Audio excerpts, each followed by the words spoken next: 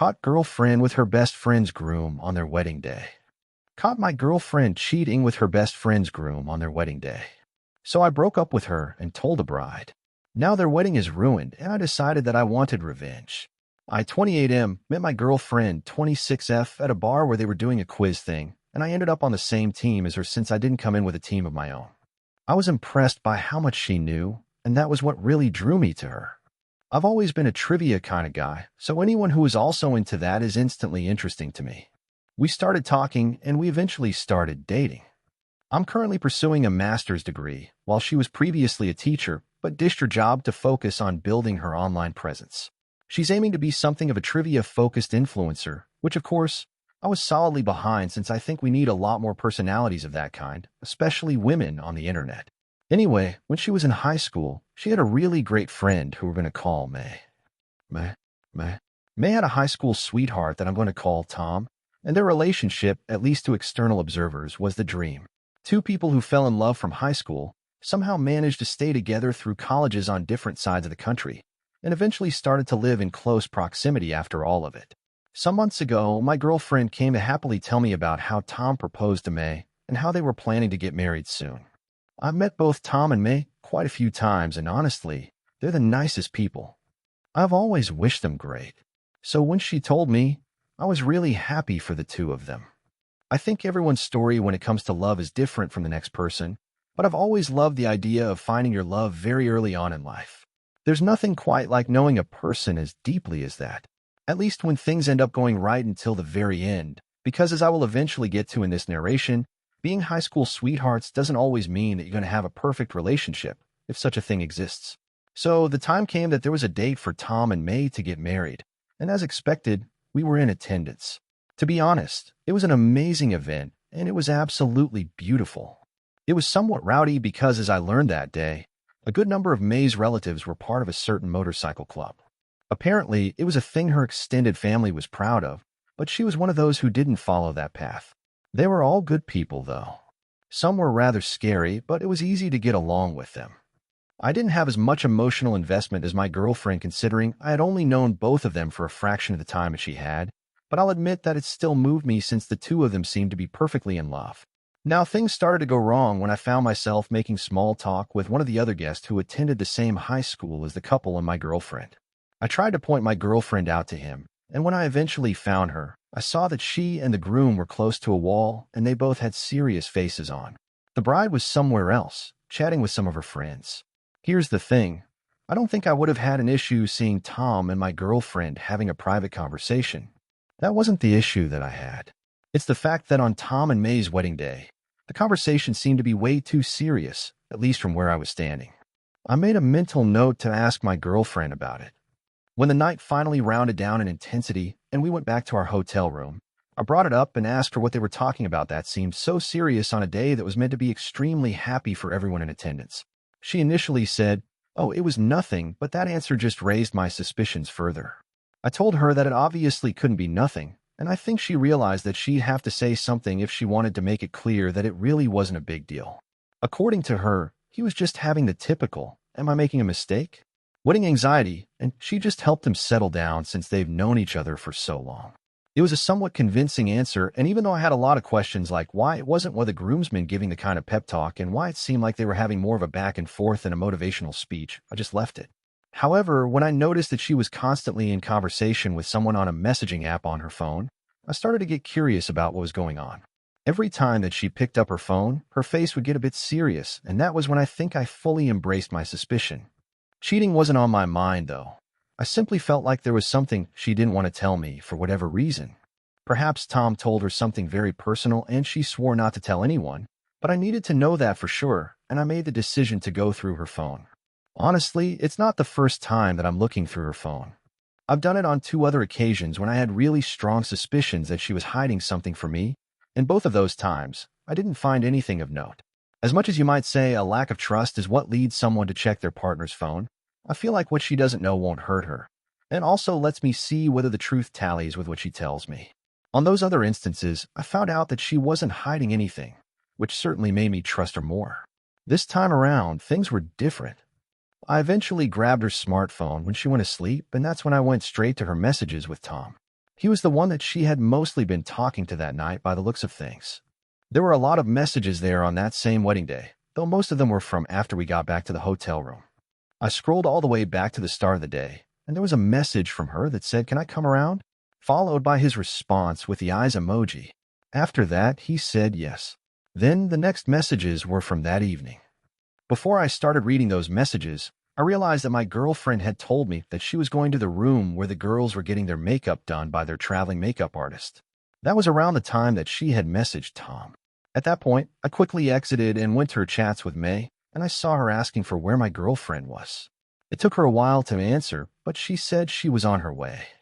I was scared to go back to the text with Tom, but I did, and the conversation they had that evening took me some time to piece together in terms of context, but I eventually did.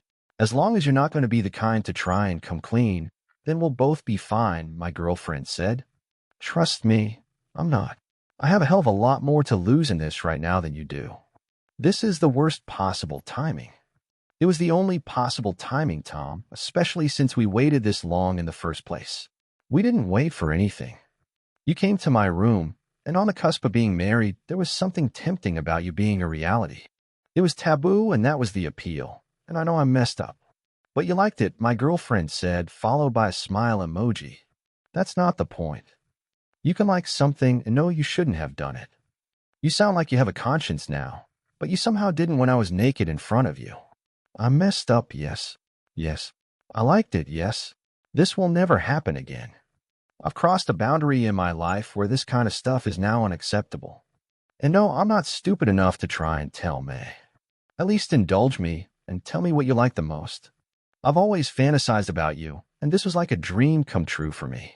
I just want to hear how good it was for you. Give me something to treasure if this can't happen again. And then Tom went into about 2 paragraphs on their sexual encounter, talking about what he liked the most about her body and the things she did. I didn't realize how my hand was shaking with rage until I could barely read the screen anymore. I don't know how, but somehow in the midst of the fury in my head, I captured as much of the incriminating chats as I could on my phone, and I left the hotel room. I remember walking around aimlessly that night, trying to put some kind of sense into my thoughts, but everything was an absolute jumble at that time. It was the level of emotional pain that actually hurts physically. I just wanted to curl up into a ball. However, somewhere in the midst of all that pain was relief, because I knew that I was dating a cheater, and I knew I could end things without the pain of divorce. Tom and May had just gotten married, and I couldn't imagine that my girlfriend and I's wedding would have been more than 2 years away. I could have ended up with a cheater and not known a single thing about it. Here's the thing. I know for a fact that I want to break up with her, but here's the part where I need help. May literally just got married to Tom. I don't know whether I should tell her what I know. It's definitely the right thing to do, morally speaking. But some people prefer blissful ignorance if it is the alternative to a truth that will hurt them irreparably. I don't know what kind of girl May is. I could choose to just break up with my girlfriend and let her know why, but never expose Tom. Or I could confront him and let him know I know. But is that really a punishment for him? Honestly, I'm confused, but I've been dating this girl for 4 years, and I'm so hurt. I need to get back at her without doing anything illegal as much as many illegal things have been appealing to me. I'm looking forward to what you can all suggest to me to help out. Edit 1A common comment is that I shouldn't be responsible or concern myself with what May does with the information I provide her. The argument is that I should do the right thing by telling her, and whether she hates me for it or not isn't my business as long as I did the morally upstanding thing. I think a bigger part of me agrees with that angle. I'm not trying to be a homewrecker, especially this early on in a marriage, but I think it might have to be the way that I go. Edit 2. There was one comment that said I should get in bed with May, seeing as it is the most equal form of revenge that I can exact. I was amused by that, and it seems like the commenter was joking, hopefully, but I don't roll that way. Generally speaking, you can choose to cheat back if you know you can't leave the relationship for whatever reason, but there's really no great argument for why you should stay with a cheater if you have all the necessary circumstances to dump their NSS. That's what I'll be going for. Update. Hello, friends. It is me, and I am back. I am more than happy to be able to deliver this update so soon after the last post. I think it has been just about a month or so, but I'm very happy with how things have gone, and honestly, I don't think that they could have gone any better than they have. Let me get into it. The first thing I did was to get rid of my girlfriend. Now thank the heavens. When we traveled back home from the trip for the wedding, I told her that I wanted to talk to her. I made sure that we were both sitting down, and the first thing out of my mouth was, "I know that you slept with Tom." She went white and her eyes bulged. She started stuttering like she was trying to come up with something to defend herself with, but it was obvious that wasn't going to work for her. There was nothing that she could say, to be honest. She didn't know how I found out, but there was no point even attempting to deny it if I somehow knew. I told her that I was going to spend an hour in the living room, and that hour was all that I was going to give her to pack her things and arrange for someone to come and get her. After that, I was going to kick her out and call the police to do it if necessary, and anything that she left behind would get donated to Goodwill or thrown in the trash. I told her that her time started right then, but she sat on the couch, still looking at me, tears streaming down her eyes, but with no sound. She managed to croak out a "Babe, I'm sorry." I didn't.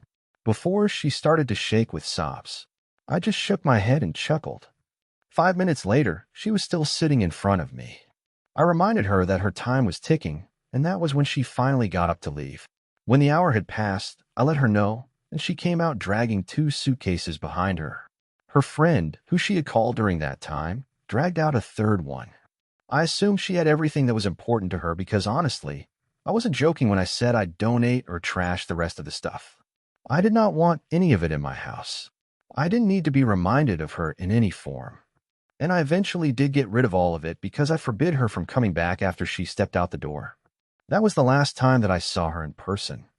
There was a time when she came back and started knocking at my door begging to talk, but I never opened it, and she didn't come after that. I had broken up with her, and I was more than happy. But that was only part of what I planned to do. The next thing that I did was call up May. If she lived closer, I would have wanted to go and talk to her in person so she'd know how serious things were, but I wasn't going to commit to that extent. When she picked up the call, I made sure that Tom wasn't in the same place as her, and I did my best to prepare her that I had something extremely heavy to tell her. When she said, "Out with it already," I just let her hear it. I told her that my ex-girlfriend and her husband had slept with each other on the day of the wedding. That was it. I told her everything that I knew, such as I think that was the only time, but the only thing that I didn't mention were the graphic details that I had the misfortune to read. The other end of the line was silent for a very long time. I had to tell her that I was so unsure whether I made the right decision by telling her, or whether she would have preferred to not know. Yeah. She only apologized and said that she was very glad that I told her. That's what she would always want. She seemed shocked that my ex-girlfriend, her friend of very many years, hurt her like that. I felt for her, because as bad as it was for me, it was definitely worse for her. This was her high school love, and he had literally just become her husband. Anyway, she said she'd handle the situation and thanked me. About a week later, I knew that May had pulled the trigger since my ex-girlfriend called me, and for some reason, I bothered to pick it up to hear what she had to say. She was angry at me for ruining their marriage. Apparently, she seemed to be in an altruistic mood as she claimed that it was fine that I broke up with her, but I didn't need to ruin a new marriage. She said I didn't even know the two of them like that, so I had no reason to interfere. May had chosen to end things right away. I just laughed and hung up on her. It was extremely amusing to me that she was trying to be morally upstanding in any capacity. The next thing I did was to expose her on social media. Instead of doing it myself, I hired someone for cheap to help me do the grunt work in her comments. I gave him the entire story, including the conversations. He went to work on all of her social media pages. Apparently, she couldn't post a new video without the guy coming in with his accounts. When one was blocked, he'd switch to another. It started a lot of discourse among her fans until it got to the point where she simply had to disable comments on all her posts. About 2 weeks after this started, she simply stopped posting. It's been about 2 weeks now, and she hasn't posted, which is strange because she would normally post close to 5 times a week. Something about that makes me happy. I know she might be trying to wait it out, but I'll be back for when she decides to try and bounce back. The internet never forgets. Now here's the funniest part of the entire thing. When May told all of her relatives that the marriage was over, they were obviously extremely curious about why things ended, and she made it more than clear. Well, May is apparently quite a sweetheart, and a lot of aunts, uncles, and cousins adore her. Those biker relatives of hers. They went to cause quite a ruckus at Tom's house. According to May, they roughed him up quite a bit. However, the very best part for me is that they went to my ex-girlfriend's house too. I don't know how they got her address, but they did somehow. They didn't hurt her, but they certainly scared the crap out of her, and last I heard, she had left her sister's place and moved out of the state. I don't know whether that's temporary, but it is extremely funny that her cheating somehow made her run like a fugitive. So I broke up with her, made sure the cheating groom was caught by his wife, did my part in dismantling my ex's online career, kicked her out and tossed some of her stuff, got the AP beaten up just enough, and had my ex frightened to the point that she ran out of state. To me, that's as great as revenge can go, and I honestly feel a whole lot better. Being cheated on isn't fun, but it seems revenge is the right medicine for it, especially if you do it properly. Make sure it hurts, brothers and sisters, and you'll feel better for it. Thank you to everyone for all the help and assistance along the way, and I'll be sure to return the favor to other posters who need help.